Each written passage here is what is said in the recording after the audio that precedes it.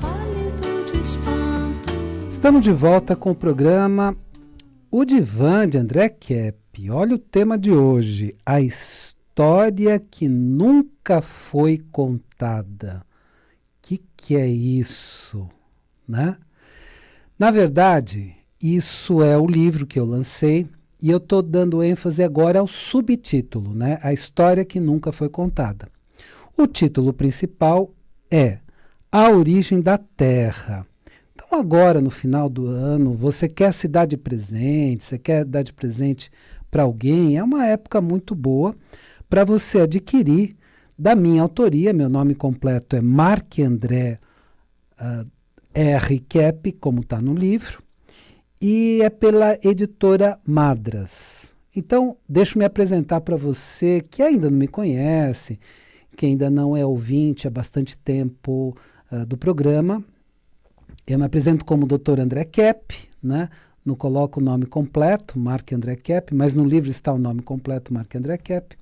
Eu sou psicanalista, psicólogo, eu sou doutor em psicologia social pela USP, mestre em psicossomática pela PUC e fiz muitas pesquisas na área da transdisciplinaridade, que é o seguinte, você vai para várias disciplinas. E justamente neste livro você tem as disciplinas da geologia, da história e também da biologia. Então, são 3 disciplinas que você vai conhecer, só que você vai conhecer a história que nunca foi contada. E aqui eu vou começar a explicar por que a verdadeira história não foi contada para a gente. E aí você vai entender por que realmente os livros de história contam uma história, mas a verdadeira história é outra. Então é o seguinte sentido, né? Uma coisa é história contada. Então você está lá no livro, você tem história contada, nas aulas de história você tem essa história contada, né? Uma coisa é isso. Outra coisa é história real. O que realmente aconteceu. Que muitas vezes não é nada daquilo que te falaram. Tá? E tem motivos. E, por último, existe o significado verdadeiro. Ou seja, tem a história que foi contada, a história real e o significado verdadeiro. Então eu queria para você simplesmente dizer o seguinte, dar um exemplo. Esse exemplo marcou a minha vida. E eu lembro muito claramente, eu estava no primário, faz algum tempinho, não tanto. Então é o seguinte, e aí vieram com aquela história, né? Então, história contada que uma ventania, uma tempestade, levou Pedro Álvares Cabral lá da costa da África até a costa do Brasil. Ele estava descendo a África, não queria descobrir o Brasil, nem sabia da existência do Brasil, mas uma tempestade fez ele cruzar o Oceano Atlântico. Dá para acreditar? E eu pensei, mas nossa, mas que coisa difícil de acreditar, né? E vi meus colegas olhando assim, mas todos, de certa forma, acreditavam, porque a gente acreditava, né? A gente acredita o que está no livro, né? O que a ciência oficial fala, né? Porque aí você tem outras ciências que estão buscando a verdade, né? No caso da arqueologia, por exemplo, existe nos Estados Unidos toda uma linha de livros chamado Forbidden Archaeology, Arqueologia Proibida, que mostra outra realidade. E o meu livro faz parte dessa coleção de Forbidden Archaeology. Também pode ser classificado como Forbidden Archaeology. Bom, e aí disseram isso. Qual que é a história real?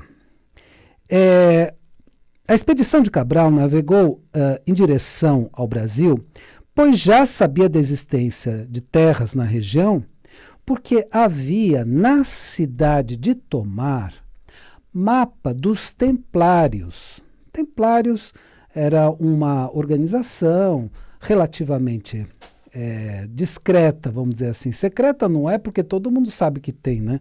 É que nem eu falar hoje de, os Illuminati são uma sociedade secreta. Escuta, secreta, mais falado do que os Illuminatis, mesmo a maçonaria, né? A maçonaria é uma sociedade, vamos chamar assim, discreta, né? Não aparece tanto.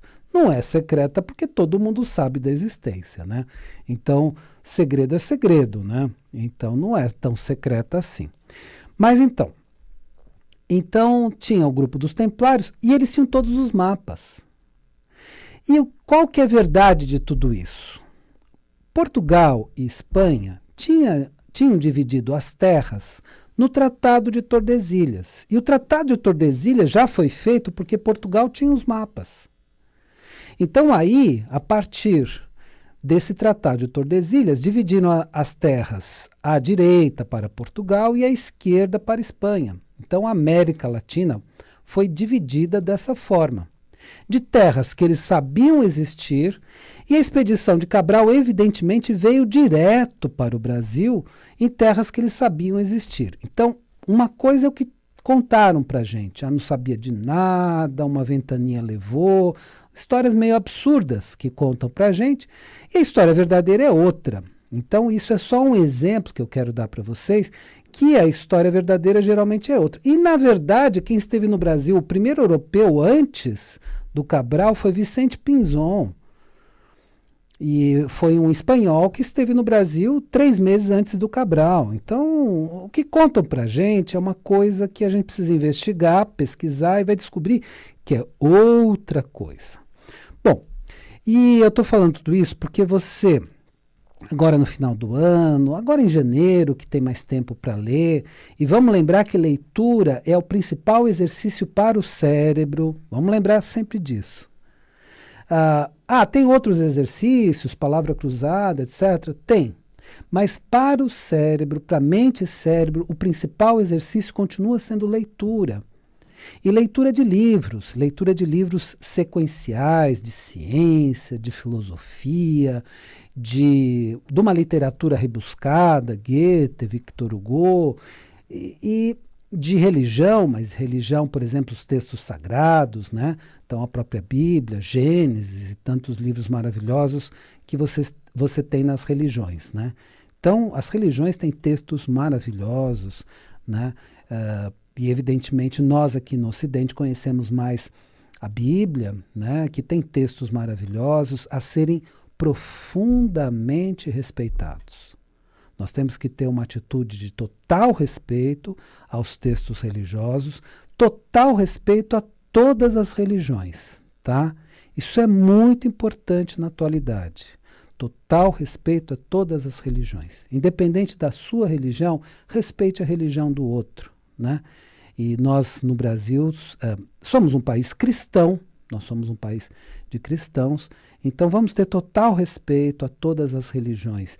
Isso é muito importante, porque essas religiões estruturaram a civilização. Então, a estrutura da civilização vem das tradições antigas, das religiões antigas. Então, total respeito. Bom, e você pode encontrar o livro A Origem da Terra, a História que Nunca Foi Contada, da editora Madras, da minha autoria, Marc André Kepp. Você pode encontrar em todas as livrarias. Eu fui na livraria, não tem, etc. Tá bom. Faz a encomenda que eles pegam, porque é um lançamento recente, de alguns meses para cá, e vamos dizer assim, na verdade, o primeiro lançamento que eu fiz foi em 2017, né? E aí, nesses 2 anos, eu estou fazendo vários relançamentos, porque é um livro que vale a pena, muito a pena ser lido, tá bom? Então, A Origem da Terra, a História que Nunca Foi Contada. Então, eu dei um exemplo, o primeiro exemplo, do que se fez no passado, né? Então, se conta uma história, e aí, aí a gente vai investigar, e não vai encontrar bases reais para essa história. Vai descobrir que a história é outra. E aqui eu quero falar sobre o surgimento do universo. Olha a história que estão contando atualmente. Então, a teoria do Big Bang. Essa teoria, na verdade, foi iniciada por Georges Lemaitre, um padre católico e físico belga. E o termo Big Bang foi cunhado por Fred Hoyle, astrônomo inglês e autor de ficção científica. Ele é autor de ficção científica, então, olha a criatividade do cara. Bom, a teoria do Big Bang afirma que o universo perfeitamente organizado, o cosmos perfeitamente organizado, com bilhões de estrelas na nossa Via Láctea e bilhões de galáxias no nosso universo, você imagina o tamanho, e isso é só no nosso universo, porque eu entendo que a teoria científica atual do multiverso, que existem outros universos, está perfeitamente correta, e que então é muito maior do que a gente pode imaginar. Então, todo este universo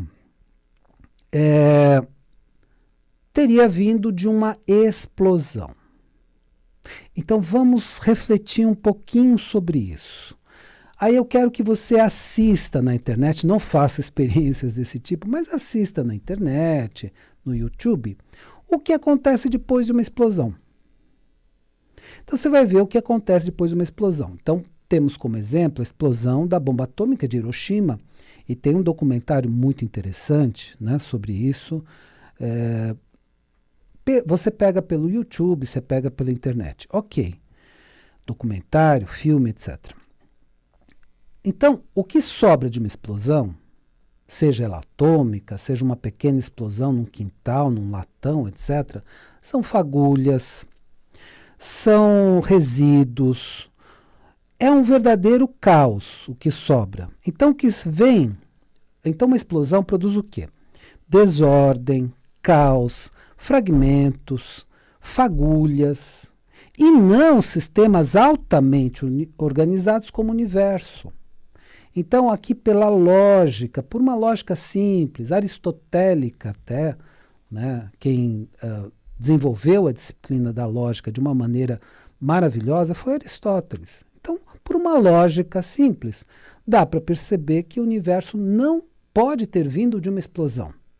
Porque senão seria caos, fagulha para todo lado e coisas disformes. Ele não adquiriria a forma que tem atualmente, né? Planetas perfeitos, com vida perfeitamente organizada e tudo mais. Então, eu vou fazer até eu vou parafrasear uma frase que está sendo usada muito atualmente e que vale a pena você refletir. É a seguinte: acreditar que uma explosão produziu o universo é o mesmo que acreditar que um incêndio em uma fábrica de papel produziria uma biblioteca. É a mesma coisa. Porque uma explosão produz o caos, não produz um sistema altamente organizado como é o universo. E o universo não se organizaria por si mesmo. Esse que é o negócio. Então, faz todas as observações da física. Pegue a segunda lei da termodinâmica. Pegue a lei da entropia. Os sistemas tendem à desordem, não à ordem. Então, segundo a lei da entropia, diz o seguinte: todos os sistemas tendem à desordem, não à ordem. Então, na verdade, se existe essa ordem, se existe essa organização maravilhosa, e não só no macrocosmos, no microcosmos, tem cientistas atualmente, isso é muito importante, descobrindo Deus porque estão estudando o código genético. E eles dizem, não é possível isso ter sido fruto do acaso. Então o universo, vamos dizer, se nós tivermos um pouquinho de bom senso, se usarmos um pouquinho de lógica, nós logo vamos perceber que o universo não pode ter vindo de uma explosão. Ele veio, sim, de uma inteligência suprema.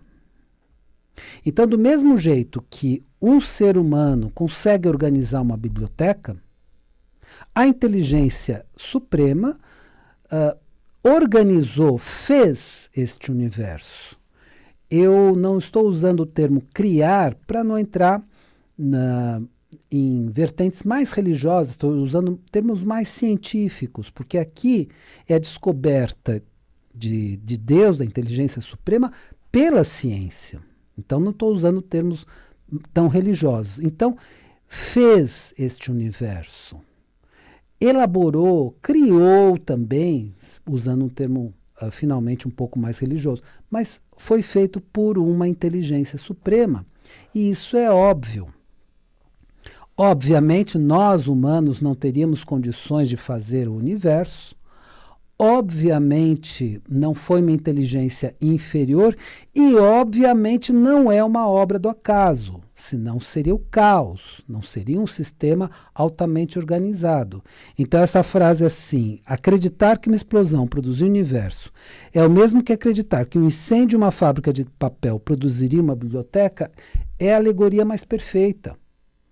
Não dá para fazer um sistema altamente organizado como o universo, tanto no macrocosmos quanto no microcosmos, por acaso, né? Ah, é do acaso, é uma explosão, aquela coisa toda. Não dá. Então, escuta, você, né, que questiona as coisas.